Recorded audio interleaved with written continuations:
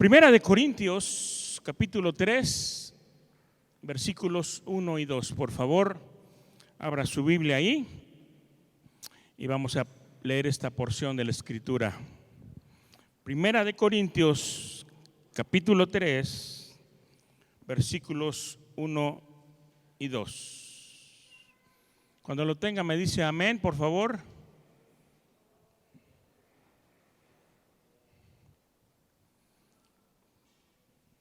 Dice así, si no lo he encontrado, escuche.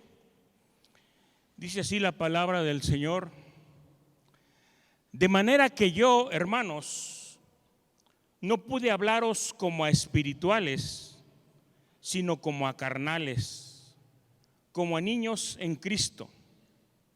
Os di a beber leche y no vianda, porque aún no erais capaces, ni sois capaces todavía. El apóstol Pablo, hermano, está hablando aquí a los corintios y de alguna manera hay una exhortación para crecer, para madurar. De alguna manera Pablo les está exhortando a que dejen a un lado las cosas carnales, las cosas del mundo, y se aboquen a hacer las cosas espirituales que Dios está mandando. Porque, hermanos, llega un momento en que tenemos que madurar, tenemos que crecer. Y Pablo les está diciendo, hermanos, no pude hablaros como a espirituales, sino como a carnales, como a niños en Cristo. ¿Y cuántas veces, hermanos, tenemos años y años y años en la iglesia y seguimos siendo niños? No se les puede dar alimento más sólido porque se les tiene que dar su lechita, porque se les tiene que dar alimento suave, porque no son capaces de digerir algo más grande. Y hermanos, aquí Pablo les está hablando duro a los corintios. Y es que muchas veces escuchamos hablar de esas famosas verdades incómodas, pero ¿qué es en realidad una verdad incómoda? Es cuando se nos dice algo que no queremos escuchar, algo que nos demuestra que estamos equivocados. Es una verdad que nos hace reaccionar, o que debería hacernos reaccionar en nuestro estilo de vida cristiano.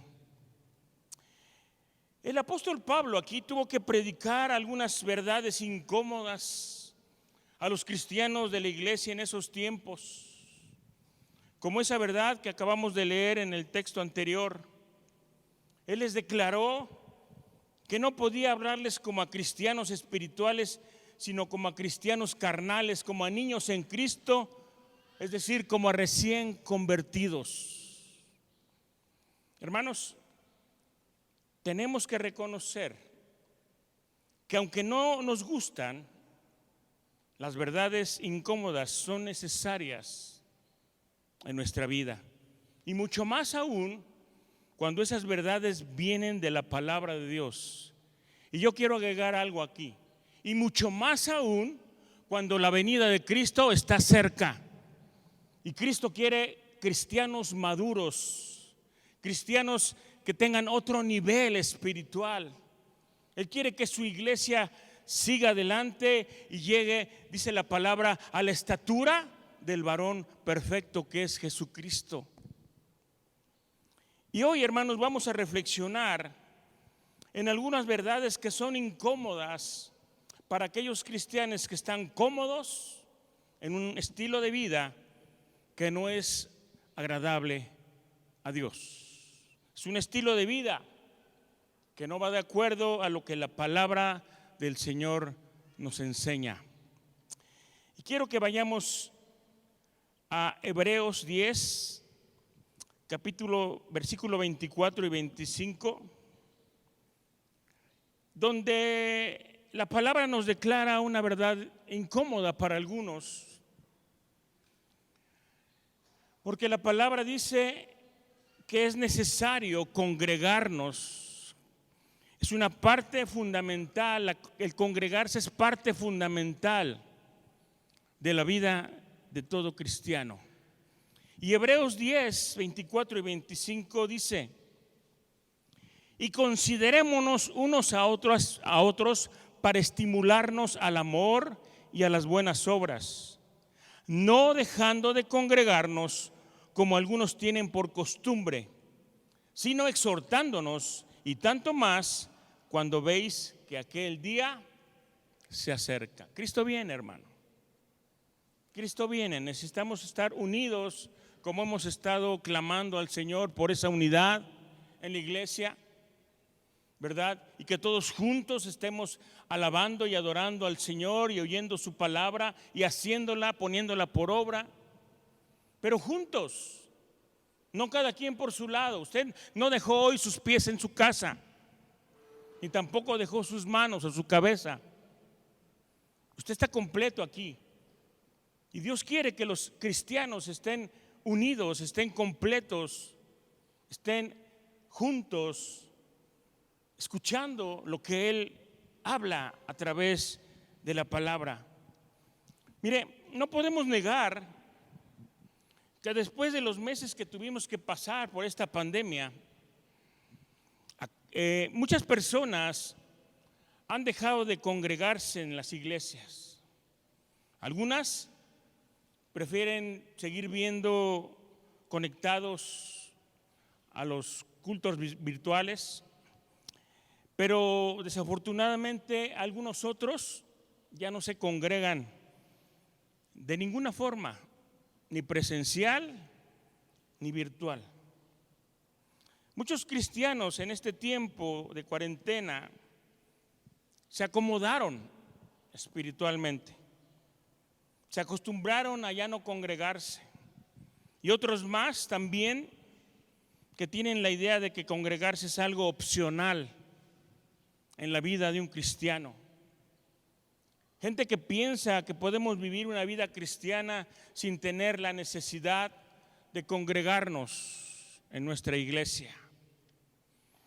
Es por eso, hermanos, que tenemos que conocer y comprender lo que la palabra de Dios nos enseña sobre esta necesidad de congregarnos. Porque la palabra de Dios nos hace un llamado directamente a nosotros, a ti y a mí, de no dejar de congregarnos. Aunque veamos por ahí que otros cristianos tienen la constante costumbre de no congregarse, tú y yo, hermano, como verdaderos cristianos, tenemos que congregarnos. Tenemos que venir juntos a la presencia de Dios y juntos alabar al Señor. Porque eso es lo que vas a hacer allá en el cielo, hermano. Tú no vas a poder andar de paseo allá en el cielo. Tú no vas a poder ir al cine o a pasear por muchos lados. Tú no vas a poder poner excusas para no estar en la presencia de Dios. Todos vamos a estar juntos alabando a Dios, amén. Porque Dios nos quiere juntos, a ti y a mí. Él no quiere que nadie se aparte, Él no quiere que nadie se separe. Él quiere ver a una iglesia unida, porque en la unidad hay poder. En la unidad hay poder, hermano, y nosotros tenemos que ser una iglesia llena del poder de Dios, amén. Pero si tú no estás, cuando la bendición de Dios venga sobre este lugar, y estamos esperando una gran bendición y un gran avivamiento en este lugar y un gran despertar de la iglesia, si tú no estás, ¿qué va a pasar? Te vas a perder toda la bendición que Dios tiene preparada para nosotros. La Biblia nos muestra que congregarse es algo que siempre ha sido parte de la iglesia desde sus inicios. Podemos leer ahí en Hechos 11, 25 y 26, que dice: Después fue Bernabé a Tarso para buscar a Saulo, y hallándole le trajo a Antioquía. Y se congregaron allí todo un año con la iglesia y enseñaron a mucha gente, y a los discípulos se les llamó cristianos por primera vez en Antioquía. Hermanos, tenemos la necesidad de congregarnos. Yo no sé si tú sientas esa necesidad. A lo mejor no la sientes, pero para todo buen cristiano, para todo aquel que anhela estar en la presencia de Dios y gozarse en la presencia del Señor, se convierte no en una opción, sino en una necesidad. Congregarse no es una opción. Congregarse es algo que todo cristiano verdadero necesita hacer. La Biblia nos enseña, fíjese que cuando escuchamos la exposición de la palabra, esta palabra nos va a dar luz a nuestra vida, luz para tomar decisiones sabias y para reconocer también el pecado que hay en nuestro corazón. El Salmo 119, 130 dice: la exposición de tus palabras alumbra para entender a los simples. Porque la palabra, hermanos, dice la Biblia que es lumbrera a nuestro camino. ¿Y cómo vamos a tomar buenas decisiones? ¿Cómo vamos a hacer lo correcto delante de Dios si estamos en oscuridad? Cuando no nos congregamos nos falta luz, hermano. Yo no sé si a ti te pase, pero cuando no nos congregamos, cuando tenemos un tiempo sin congregarnos, andamos a oscuras en la vida. No hay esa luz que nos pueda dirigir, que nos pueda guiar a tomar las decisiones correctas para nosotros y para nuestra casa. Y la palabra de Dios nos enseña que venir a la casa de Dios debe ser una alegría para cada uno de nosotros. Miren lo que expresa el salmista ahí en el Salmo 122:1. Dice: yo me alegré con los que me decían, a la casa de Jehová iremos. ¿Qué está diciendo el salmista? Yo me gocé, me alegré cuando me dijeron, vámonos a la casa del Señor, porque es ahí donde tenemos que estar. Es ahí donde la presencia de Dios se manifiesta. Es ahí donde el amor de Dios está. Y tenemos que gozarnos, hermano, alegrarnos de venir y estar cara a cara con nuestro Señor. Amén. Debe ser un gozo, no una carga. No debe ser algo pesado, algo que se nos complique. Muchas veces cuando nos preguntan ¿por qué no viniste a la iglesia? Es que se me complicó. Pues ¿qué se te complicó? Y si dejas de venir más se te va a complicar la vida. Porque a través de la palabra encuentras dirección, encuentras luz, encuentras el camino, la salida para todo lo que estamos necesitando en la vida. Y luego el Salmo 84:10 dice: porque mejor es un día en tus atrios que 1000 fuera de ellos. Escogería antes estar a la puerta de la casa de mi Dios que habitar en las moradas de maldad. Fíjese lo que está diciendo el salmista. Es mejor un día en los atrios que 1000 fuera.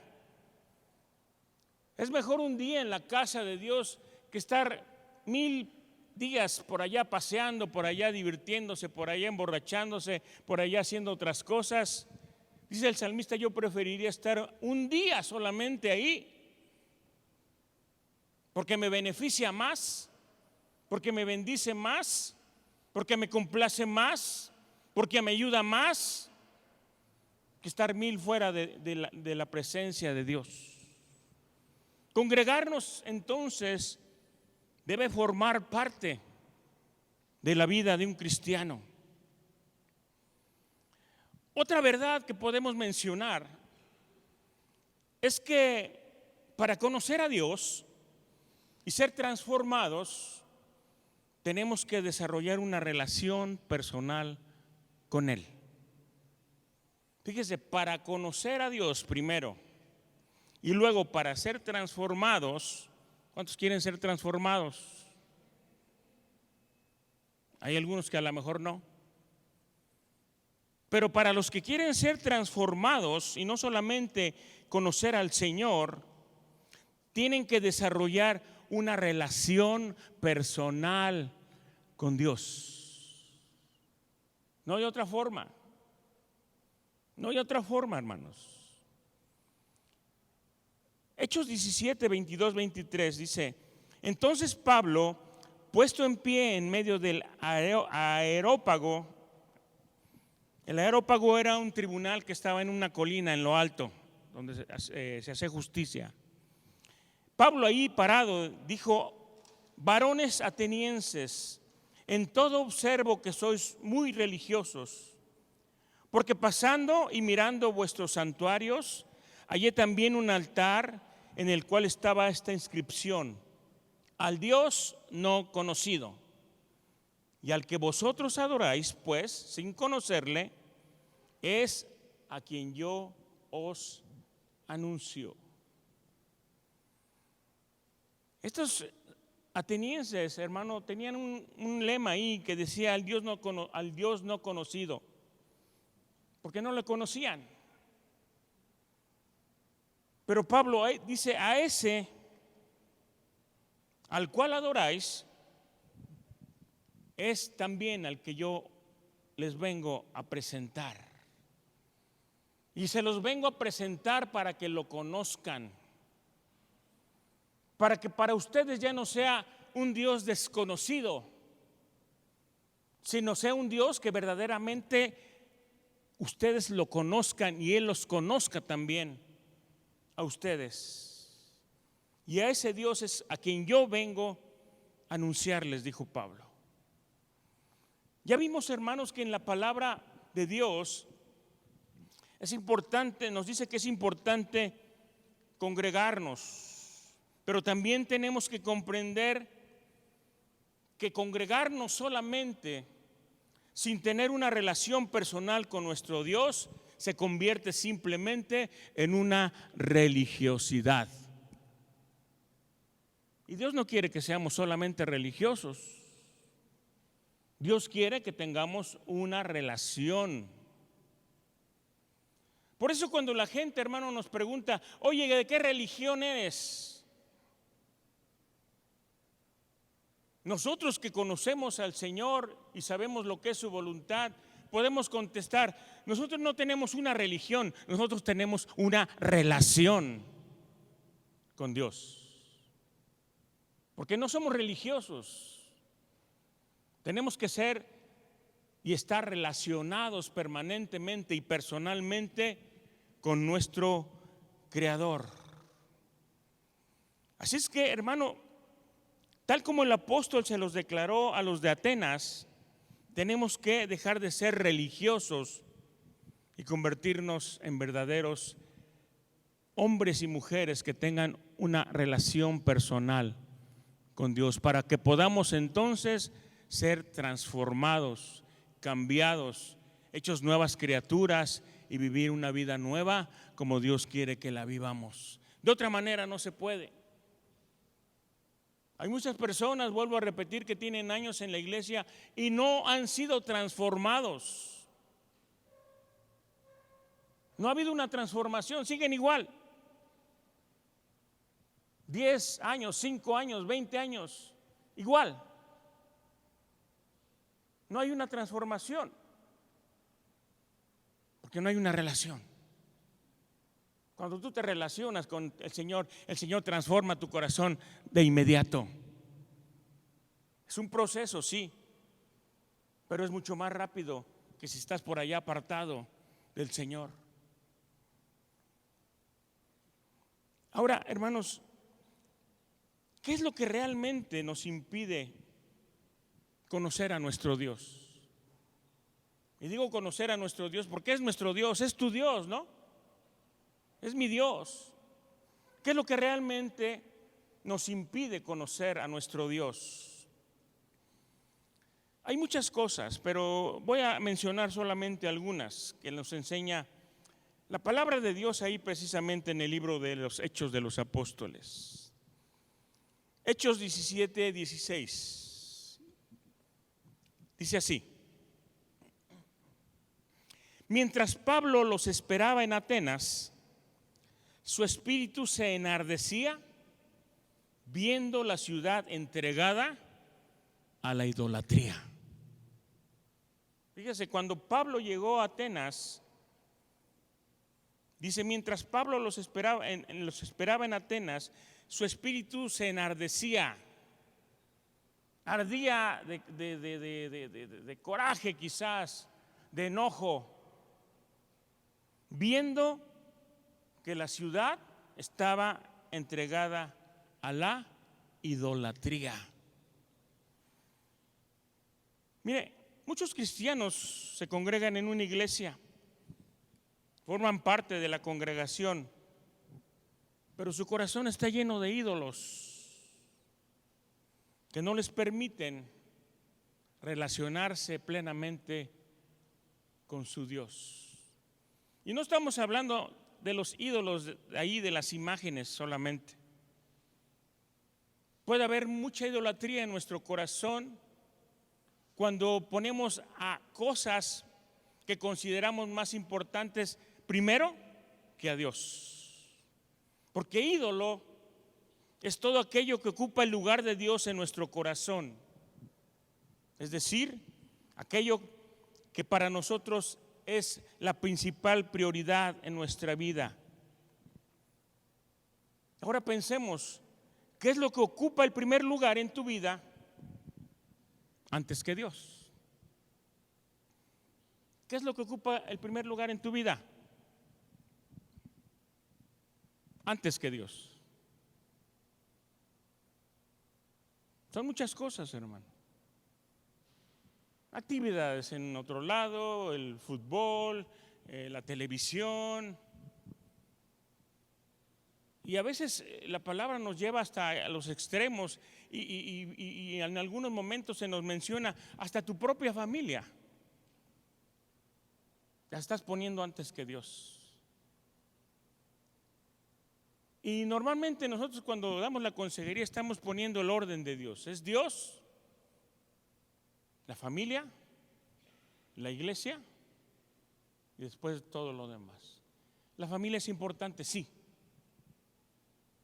pero lo más importante es Dios. Lo más importante es nuestro Señor.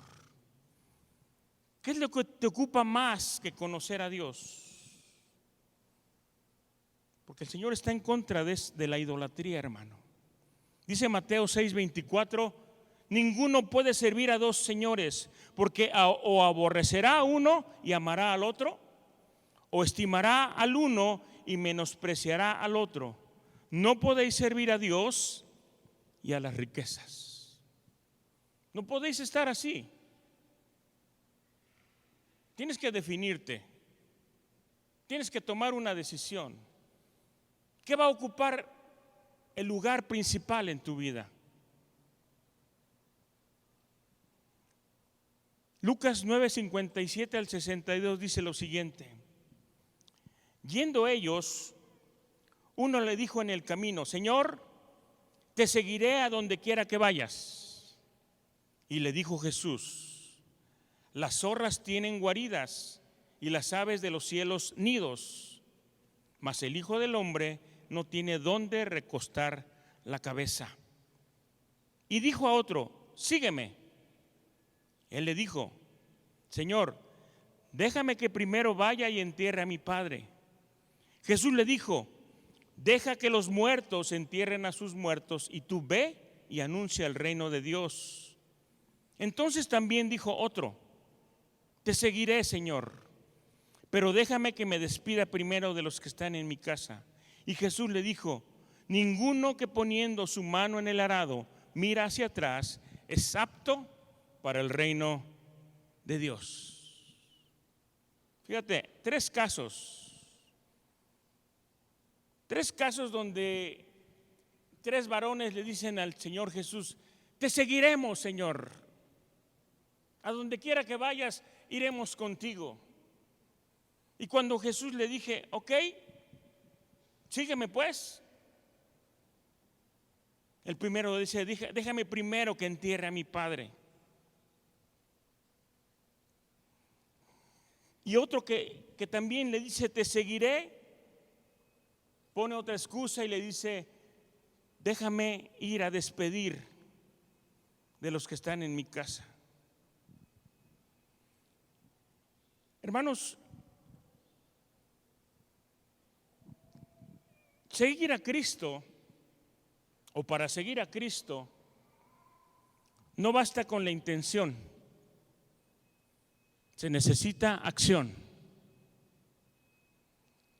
Si vemos ahí en su Biblia, en el subtema de ese texto, dice: los que querían seguir a Jesús.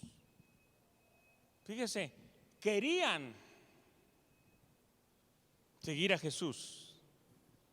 Es decir, hay un grupo de personas que querían seguir a Cristo, tenían la buena intención, pero al final solamente se quedaron con la intención y no transformaron su intención en acción. Cuando Cristo les dice: ok, pues síganme, le dijeron, como dice mi nieto: sí, pero tenemos algo más importante que hacer. Y hermanos, eso es lo que desafortunadamente nos pasa a muchos de nosotros en nuestras familias. Tenemos la intención de congregarnos más, tenemos la intención de orar más, tenemos la intención de leer más la Biblia, pero nunca lo hacemos, porque solamente nos estamos quedando con una intención. Y hermanos, yo creo que es tiempo que como familias cristianas pasemos de la intención a la acción. Si es que queremos ver una verdadera transformación en nuestra vida y también una transformación en la vida de nuestra familia. Porque quiero decirle una cosa, hermano: la mayoría de las veces su familia no ha sido transformada porque usted tiene la culpa. Perdóneme que se lo diga de esta manera. Ay, es que mis hijos se están perdiendo. Ay, es que mis hermanos. Ay, que mi familia. Pero no le estamos poniendo el ejemplo. Y muchas veces somos piedra de tropiezo para aquellos que necesitan de Dios, que quieren acercarse a Dios. Y nosotros somos los primeros en poner pretextos y excusas para seguir a Jesús. Yo creo que es tiempo, hermano, que tomemos ese papel que nos corresponde, sobre todo a los varones, como cabeza de familia, y decirle a nuestra casa: vénganse, vamos a adorar a Dios, vénganse, vamos a orar, vénganse, vamos a la iglesia, vénganse, vamos a tener un encuentro con el Señor, porque necesitamos ser transformados como familia, para que también como iglesia haya una transformación completa. Otra cosa también, hermanos, es que necesitamos salir de nuestra zona de comodidad y volvernos otra vez a Jesús. Dice Lucas 9:57, volvemos a leer esta parte. Dice: Yendo ellos, uno le dijo en el camino: Señor, te seguiré a donde quiera que vayas. Y Jesús le dijo: las zorras tienen guaridas y las aves de los cielos nidos, mas el Hijo del Hombre no tiene dónde recostar la cabeza. Este hombre, hermanos, le dijo al Señor que lo seguiría donde quiera que fuera. Pero el Señor le dio una respuesta que a lo mejor pudiéramos no entender o pudiera parecer extraña. Jesús le dice: las zorras tienen guaridas y las aves de los cielos nidos, mas el Hijo del Hombre no tiene dónde recostar la cabeza. Pero el Señor, con esa respuesta, le estaba haciendo entender, fíjese la intención de la respuesta, le estaba queriendo hacer entender que para seguirlo tenemos que estar dispuestos a salir de nuestra zona de comodidad. Es decir, estar dispuestos a sacrificar parte de nuestro tiempo. Y fíjate que estoy diciendo parte de nuestro tiempo, no estoy diciendo todo tu tiempo. Parte de nuestro tiempo. Algunos de nuestros días de descanso, algunos de nuestros fines de semana. Y aunque muchas veces nos puede parecer difícil, la verdad es que cuando le damos al Señor nuestro tiempo, vale la pena. Vale la pena, porque entonces habrá bendición abundante sobre nuestra vida. Tenemos que saber, hermano, que una familia que no está dispuesta a salir de su zona de confort, de esa zona de comodidad para entregarse más al Señor, es una familia que está llena siempre de pretextos y de excusas. Pero tenemos que saber que con cada excusa que usamos para no buscar más al Señor, nos estamos robando a nosotros mismos y quitando la bendición a nuestra familia. Otra cosa que necesitamos hacer, y es algo que a veces incomoda también, es que necesitamos ordenar nuestras prioridades. Seguimos repasando Lucas 9, 59, 60, dice: y dijo a otro: sígueme. Él le dijo: Señor, déjame que primero vaya y entierre a mi padre. Y Jesús le dijo: deja que los muertos entierren a sus muertos, y tú ve y anuncia el reino de Dios. El Señor le dijo a este hombre: sígueme. Pero para este hombre, seguir a Cristo no era su prioridad. Y aunque las palabras del Señor pudieran parecer duras, las usó Jesús para darnos cuenta de que no hay nada ni nadie que pueda ocupar el primer lugar en nuestra vida, un lugar que solamente le corresponde a nuestro Señor. ¿Y sabes por qué le corresponde al Señor? Porque un día le entregaste tu vida y tu vida no te pertenece. Tu vida ahora le pertenece al Señor y Él quiere ser el que tome el gobierno de tu vida.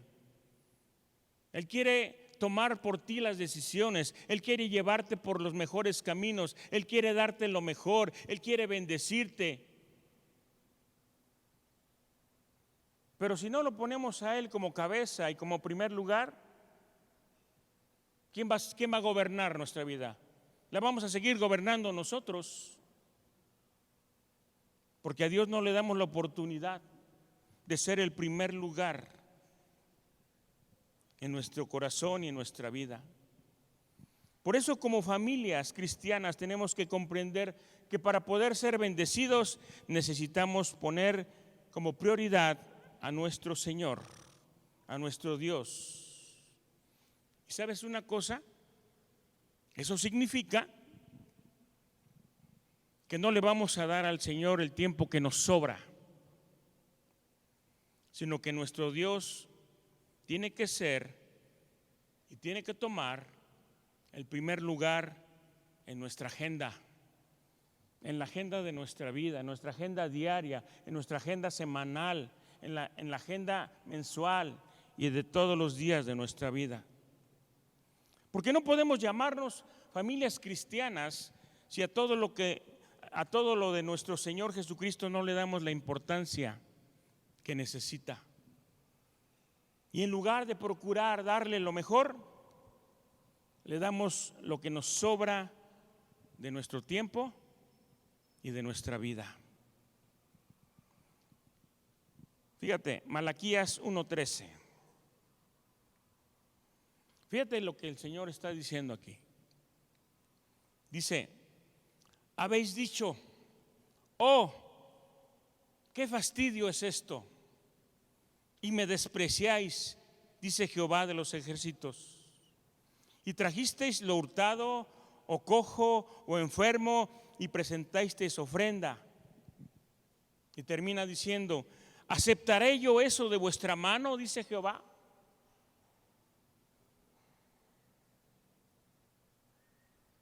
Porque hay personas que le llevan las obras al Señor. En el momento de presentar una ofrenda delante de Dios, le ofrecen el tiempo que les queda, le ofrecen lo peor, le ofrecen cualquier cosa. Y dicen: ay, qué fastidio volver a tener que ir a la iglesia, volver a tener que ofrecerle esto al Señor, volver a tener que darle mi tiempo a Dios. Qué fastidio. Dice el Señor: y con eso me despreciáis y me traes ofrenda de lo peor. Y finalmente dice el Señor: ¿aceptaré yo eso de tu mano? ¿Tú crees que el Señor va a aceptar una ofrenda así? ¿De lo que te sobra? ¿De lo que ya no quieres? ¿De lo que ya nadie toma? ¿Del tiempo que te quedó, si es que te quedó? ¿Tú crees que Dios va a tomar ofrenda de una mano que ofrece de esa manera? Mira, como padres de familia y cabezas de hogar, tenemos que reconocer que si algo afecta nuestro crecimiento espiritual como familia, es la inconsistencia que a muchos de nosotros nos caracteriza, porque no permanecemos, no echamos raíces, andamos de una iglesia a otra y por lo tanto no podemos crecer ni fructificar como el Señor espera de cada uno de nosotros. Ayer comentaba con una persona que es necesario echar raíces donde el Señor nos plantó, hermano. Y no andar de un lado para otro, buscando la iglesia perfecta, porque no hay una iglesia perfecta. Y dicen por ahí: si vas por en tu caminar encuentras una iglesia perfecta, no entres porque la vas a echar a perder. No hay iglesia perfecta. Así es que donde Dios te plantó, ahí tienes que echar raíces. Porque cuando echas raíces, entonces va a haber fruto y va a haber crecimiento. Porque en un lugar donde algo es plantado pero no echa raíces, nunca va a crecer y nunca va a llevar fruto. Así es que necesitamos, hermanos, plantarnos, echar raíces y comenzar a dar fruto e ir creciendo en la vida cristiana. Y como lo hemos dicho otras veces, no basta con solamente estar firmes en una congregación o en una doctrina, es necesario ser constantes para poder crecer. Ser constantes. La gente que es constante, que es fiel al Señor, recibe mayor bendición que aquellas que vienen por ahí esporádicamente, cuando se acuerdan o cuando les aprieta el zapato.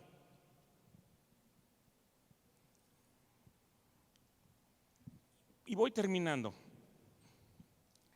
Dice Primera de Corintios 15:58. Así que hermanos míos amados, estad firmes y constantes, creciendo en la obra del Señor siempre, sabiendo que vuestro trabajo en el Señor no es en vano.